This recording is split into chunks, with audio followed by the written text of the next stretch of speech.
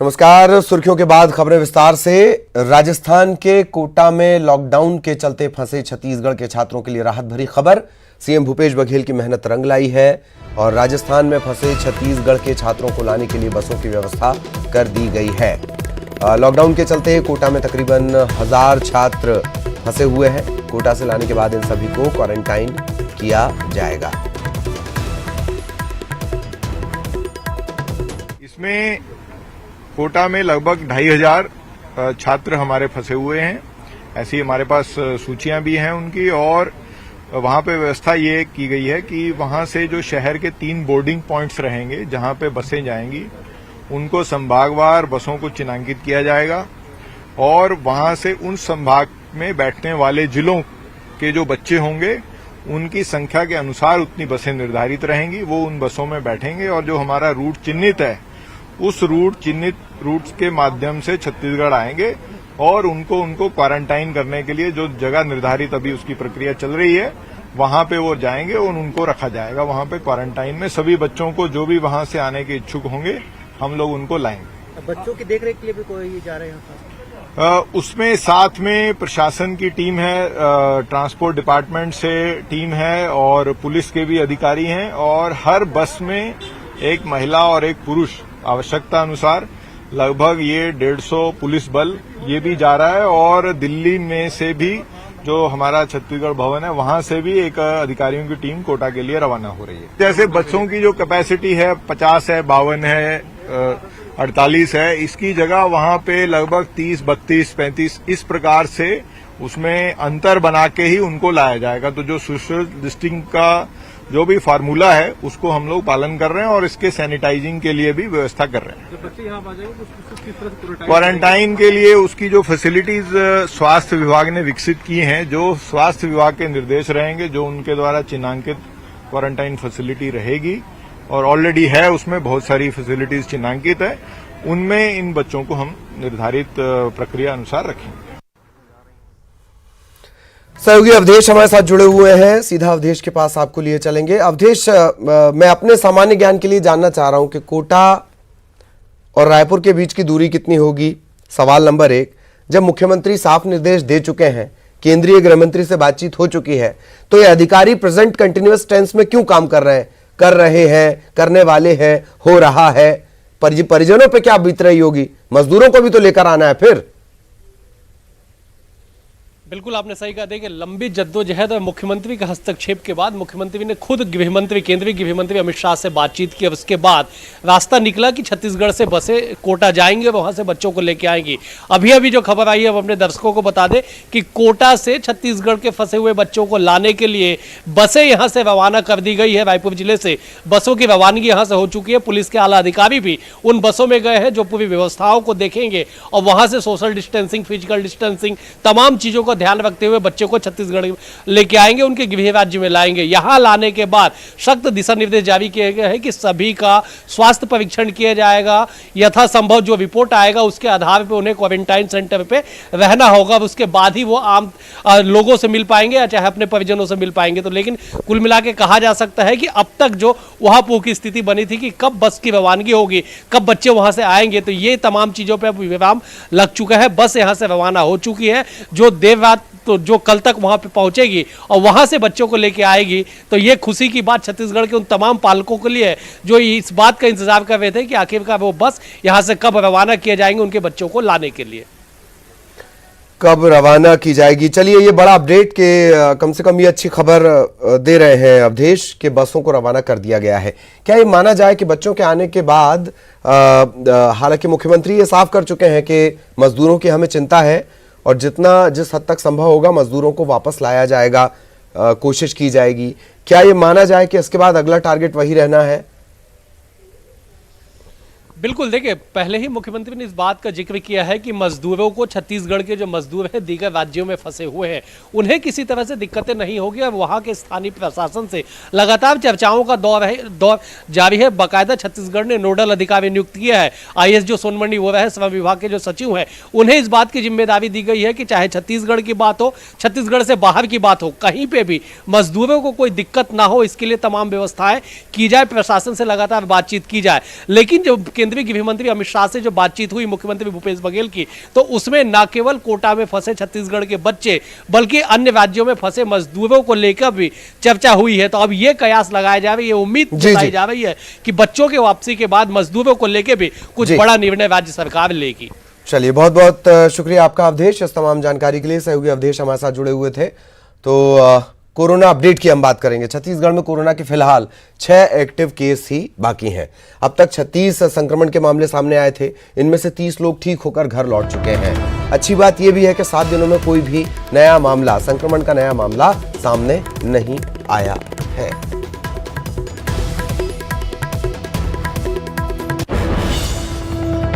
खबर रायपुर से। कोरोना को लेकर केंद्रीय स्वास्थ्य मंत्री से चर्चा की गई है। स्वास्थ्य मंत्री, छत्तीसगढ़ के स्वास्थ्य मंत्री टीएस सिंहदेव ने भी वीडियो कॉन्फ्रेंसिंग के जरिए केंद्रीय स्वास्थ्य मंत्री से चर्चा की है। उन्होंने 50,000 N95 मास्क, 20,000 वीटीएम किट की मांग की है। 250 वेंटिलेटर्स की मांग भी केंद्र से की गई है। कोरोना को लेकर राज्य के हालात की जानकारी केंद्रीय स्वास्थ्य मंत्री को दे दी गई है।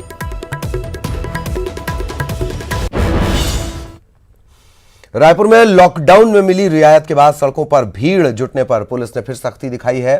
नियम तोड़ने वालों का चालान काटा जा रहा है। लॉकडाउन के दौरान जब जिला प्रशासन द्वारा रियायत दी गई, उसके बाद सड़कों पर लोगों की भीड़ इकट्ठी होनी शुरू हो गई, लोगों की आवाजाही चालू हो गई और इसी वजह से पुलिस को एक बार फिर से सख्ती बरतनी पड़ रही है। जो नियम कायदे का पालन नहीं कर रहा है उनका चालान काटा जा रहा है। ये कालीबाड़ी इलाके की तस्वीर है, जहां पे आप देख सकते हैं कि चालानी कार्रवाई जो है ये पुलिस की लगातार जारी है और जो नियम तोड़ने वाले हैं उन पर ये कार्रवाई की जा रही है, जिसमें लॉकडाउन के जो नियम हैं वो फॉलो यहाँ पर कराया जा रहा है। और ये आप देखिए कि ये कतार पूरी जो लगी है वो उन लोगों की है जिन पर चालानी कार्रवाई की जा रही है और वो जो पीछे आपको दिखाई दे रहे होंगे ये वो लोग हैं जिन पर अभी कार्रवाई होनी है। तो कुल मिलाकर के यहाँ पर पुलिस जो है यहाँ पर कार्रवाई कर रही है और सख्ती यहाँ पर दिखा रही है। 2 व्हीलर में सिंगल आदमी जाना है और कार में 2 आदमी जाना है, उसके बावजूद भी पब्लिक जो है 2-2 आदमी जा रहे हैं, तो उसके ऊपर जो है कार्रवाई किया जा रहा है शासन के निर्देश के अनुसार। मार्केट में भीड़ ना बढ़े, लोगों की आवाजाही कम हो और इसके लिए ये नए निर्देश जारी किए गए हैं और चालानी प्रक्रिया जो है वो शुरू की गई है। और इसलिए लोग अभी जितने भी लोग पहुंच रहे हैं और जो नियम को तोड़ रहे हैं उन तक यहाँ पर लोग पहुंच रहे हैं और यहाँ पर पुलिस जो है सख्ती के साथ कार्रवाई करती हुई दिखाई दे रही है। कैमरा पर्सन धर्मचंद साहू के साथ देवव्रत भगत, न्यूज 18 रायपुर। और न्यूज 18 की खबर का रायपुर में बड़ा असर हुआ। रायपुर के साइंस कॉलेज ग्राउंड में लगने वाले सब्जी मार्केट में सोशल डिस्टेंसिंग का पालन नहीं करने की खबर लगातार दिखाई गई। इसके बाद अधिकारी हरकत में आए। सब्जी मार्केट में पहली बार सोशल डिस्टेंसिंग का कड़ाई से पालन करवाया गया। को विकेंद्रीकरण किया गया। शहर के चारों कोने, जहां जहां शहर है चारों कोने में जो बाजारों को बैठाया गया, शायद यही कारण है कि आज पूरी तरीके से बाजार व्यवस्थित है। सोशल डिस्टेंस का पालन कर रहे हैं लोग और 90 से 99% लोग मास्क का अनिवार्य रूप से पहनकर आ रहे हैं। खबर सुकमा से, जहां लॉकडाउन के दौरान नक्सलियों की बड़ी साजिश नाकाम हुई है। दोरनापाल जगरगुंडा मार्ग पर सड़क पर बड़े बड़े गड्ढे खोदे गए हैं। गड्ढे में नक्सलियों ने 15 किलो का आईईडी प्लांट कर रखा था। जवानों को नुकसान पहुंचाने के इरादे से ये आईईडी यहां प्लांट किया गया था, लगाया गया था।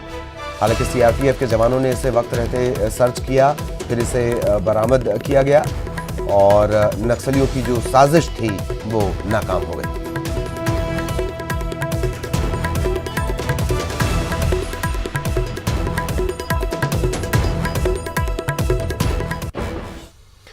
इधर नक्सलियों के शहरी नेटवर्क को तोड़ने में कांकेर पुलिस को बड़ी कामयाबी मिली है। जिले के अंदरूनी इलाकों में सड़क निर्माण के दौरान नक्सलियों के लिए सामान सप्लाई करने वाले 2 ठेकेदार समेत 5 लोग गिरफ्तार किए गए। ये जो आरोपी गिरफ्तार किए गए हैं इनमें राजनांदगांव, उत्तर प्रदेश और मध्य प्रदेश के रहने वाले हैं। इनके पास से 2 कार और 10 मोबाइल भी जब्त किए गए हैं। मैंने एक अलग से स्पेशल इन्वेस्टिगेशन टीम का निर्माण किया था, इसमें शामिल जो अजय जैन जो राजनांदगांव रहने वाला है, कोमल वर्मा भी राजनांदगांव का रहने वाला है, ये दोनों को, और सुशील शर्मा जो इनका डामर प्लांट अंतागढ़ में है वो उनको, और साथ ही साथ एक बालाघाट का लड़का नाग और इसी ढंग से एक यूपी के रहने वाला और भी लड़का जो पहले भी इस क्षेत्र में काम करता रहा है, ये 5 लोगों को गिरफ्तार यहाँ पर किया गया और इनका एक रुद्रांश कंस्ट्रक्शन कंपनी के नाम से ये लोग एक पेटी कॉन्ट्रैक्टर का काम कर रहे थे। धमतरी के खंडेलवाल सोनोग्राफी सेंटर में पुलिस और प्रशासन की टीम ने दबिश दी। यहां सोशल डिस्टेंसिंग का पालन नहीं किया जा रहा था। सेंटर में एक साथ 40 से 50 मरीजों को इकट्ठा करके रखा गया था। इसके बाद संचालक के खिलाफ धारा 188 के तहत मामला दर्ज किया गया है। नर्सिंग होम एक्ट के तहत भी दंड दिए जाने की बात कही गई। निश्चित रूप से सहायता मिलना चाहिए, मानव सेवा की बात होती है और हम उसको बंद नहीं करने जा रहे हैं अभी वर्तमान में। लेकिन अगर इसका पालन नहीं होगा तो निश्चित रूप से उस पर और जो है वो अग्रिम कार्रवाई होगी। सोशल डिस्टेंस का पालन करें और चूंकि इसके द्वारा पालन नहीं किया गया तो 188 की नोटिस इशू कर रहे हैं और नर्सिंग एक्ट के अंतर्गत भी।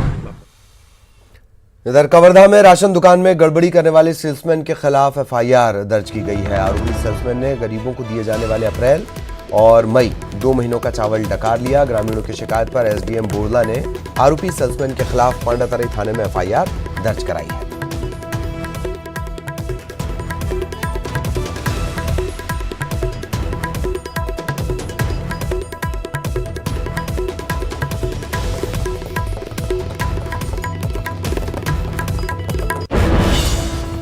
मुंगेली जिले में लॉकडाउन के नियमों का सख्ती से पालन करवाने के लिए एसपी डी श्रवण के निर्देश पर लगातार पेट्रोलिंग और नाकेबंदी की जा रही है। 26 पेट्रोलिंग टीम पूरे जिले में गश्त कर रही हैं। बेवजह घूमने वालों के खिलाफ कार्रवाई जारी है।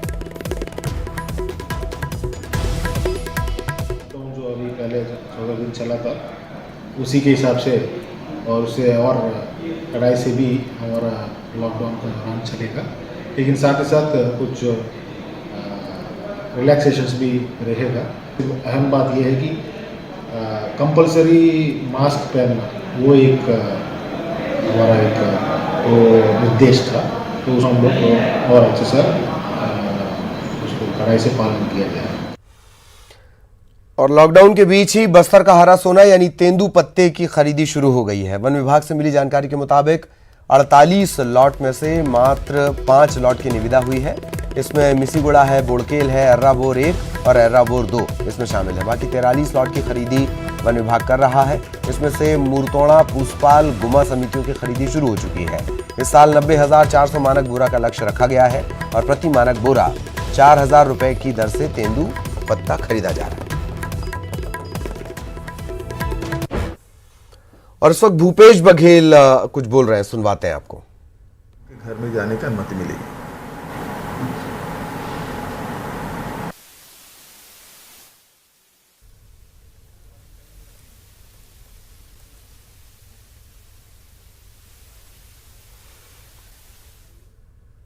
तो नजर हमारी बनी हुई है क्या कुछ वो कह रहे हैं। इधर कोरोना संकट के बीच पीएम मोदी लगातार बीजेपी के वरिष्ठ नेताओं को फोन कर हालचाल उनका ले रहे हैं। इसी क्रम में पीएम ने आज सरगुजा जिले में बीजेपी के आधार स्तंभ रहे जनसंघ के जमाने के वृद्ध नेता PR कश्यप से बातचीत की, उनका हालचाल जाना। इससे पहले भी गुरुवार को पीएम ने जनसंघ के जमाने के विधायक रहे देवेश्वर सिंह से फोन पर बातचीत की थी।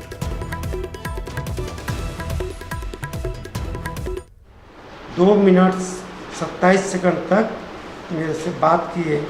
पहले तो कश्यप जी बोल रहे हैं, मैं कहा हाँ काका कि मैं सोता बहुत हंसने लगा, तो वो भी बहुत हंसे और कुछ देर तक हम लोग हंसते ही रहे।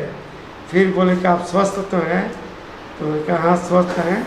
फिर मैं बोला कि आप हम बुजुर्गों के सम्मान को बढ़ा दिए।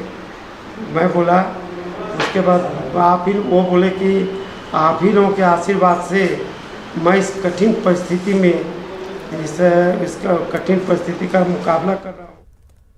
ब्रेक के बाद खबर जशपुर से है। एक ग्रामीण के घर पुलिस ने दबिश दी है और भारी मात्रा में कफ सिरप बरामद की गई है। इसके घर 20 पेटी कफ सिरप रखी हुई थी। कफ सिरप के साथ एक आरोपी भी गिरफ्तार किया गया है और एक नाम शौकत अली बताया जा रहा है, मुख्य सरगना ये बताया जा रहा है गोरख धंधे का, तो ये फरार हो गया। कफ सिरप की कीमत तकरीबन 9 लाख बताई जा रही है। नशे के तौर पर भी कफ सिरप का इस्तेमाल होता है।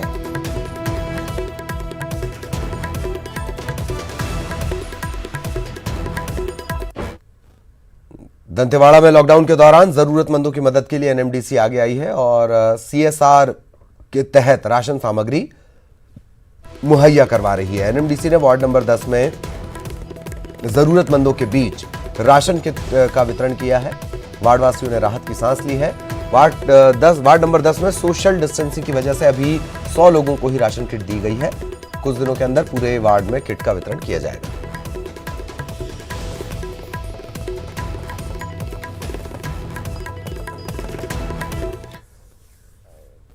और लॉकडाउन में रायपुर के मठ पुरैना इलाके में कमल की खेती करने वाले करीब 300 से ज्यादा किसान परिवारों का हाल बेहाल है। मंदिर और फूल बाजार बंद होने की वजह से तालाब में ही कमल के फूल बर्बाद हो रहे हैं। कमल के फूल बर्बाद हो रहे हैं, ऐसा वैसे होता नहीं है, पर कमल के फूल बर्बाद हो रहे हैं। कमल के फूल के साथ साथ कमल के पौधे का तना भी सब्जी के तौर पर इस्तेमाल किया जाता है। ढेंस इसे कहते हैं। ढेंस की कीमत भी पहले के मुकाबले किसानों को कम मिल रही है।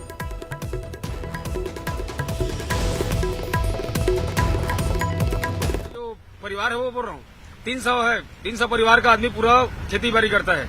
हम लोग अभी ढेस निकाल रहा है और इसको बेच नहीं पा रहा है। लुका चोरी से बेच रहा है, खर्चा पानी के लिए बेच रहा है। मार्केट नहीं खुला है सर, मार्केट नहीं खुला है, उसी कारण हम लोग को बहुत दिक्कत हो रहा है। उसी कारण पेट चलाने के लिए थोड़ा से ऊंच नीच कर रहा है सर। प्रत्येक दिन देखा जाए तो कम से कम 20 से 30,000 40,000 तक के नुकसान हो रहा है, क्योंकि काम पूरा बंद है। बाजार जब तक तो एक तरफ कोरोना का संकट, दूसरी तरफ तेज गर्मी का कहर। इस संकट के दौरान तेज गर्मी से बिल के अंदर रहने वाले नागराज अब बेचैन हो रहे हैं। बेचैनी में और गर्मी की तपिश को कम करने के लिए बस्तर के अंचलों में अब सांप अपने बिलों से बाहर निकलने लगे हैं। ऐसा ही कुछ हुआ जगदलपुर के अलग अलग इलाकों में। 2 जगहों पर विषधर बाहर निकल आए। एक घटना राइस मिल की, दूसरी घटना एक स्कूल की। किसी तरह की जनहानि नहीं हुई। समय रहते स्नैक कैचर को बुलाकर इन सांपों को पकड़ लिया गया, लेकिन थोड़ी देर के लिए दहशत का माहौल बन गया। और सीएम भूपेश बघेल का बयान, कोटा में फंसे छत्तीसगढ़ के छात्रों को लाया जा रहा है। बसों की व्यवस्था कर दी गई है। अधिकारियों और मेडिकल की टीम भेज दी गई है। अकेले कोटा में लगभग 1,500 बच्चे हैं। विभिन्न राज्यों की भी जानकारी ली जा रही है। साथ ही जो मजदूर जो फंसे हैं वो उनके संख्या लगभग 1 लाख से अधिक है। अभी तक के हमारे पास जो जानकारी है वो 1 लाख की है। ये और भी बढ़ सकता है। तो अधिकारियों को हमने निर्देशित किया है कि विभिन्न राज्यों में फंसे हुए जो मजदूर हैं उनकी जानकारी, डिटेल जानकारी वो ले, ताकि उनको समय पर मदद की जा सके। सर, अभी जो स्टूडेंट्स लेके आ रहे हैं, जो 1,500 जो स्टूडेंट्स, उनको लाने की जो बात है, क्या उनको लाने को सीधा उनको तत्काल उनको घर रवाना की जाएगी कि उनको क्वारंटाइन में रखा जाएगा? बिल्कुल नहीं, उनको हम क्वारंटाइन में रखेंगे, पूरे स्वास्थ्य परीक्षण करेंगे और जो स्वस्थ बच्चे हैं उनको ही उनके घर में जाने की अनुमति। और इसी के साथ इस बुलेटिन में इतना ही। नमस्कार।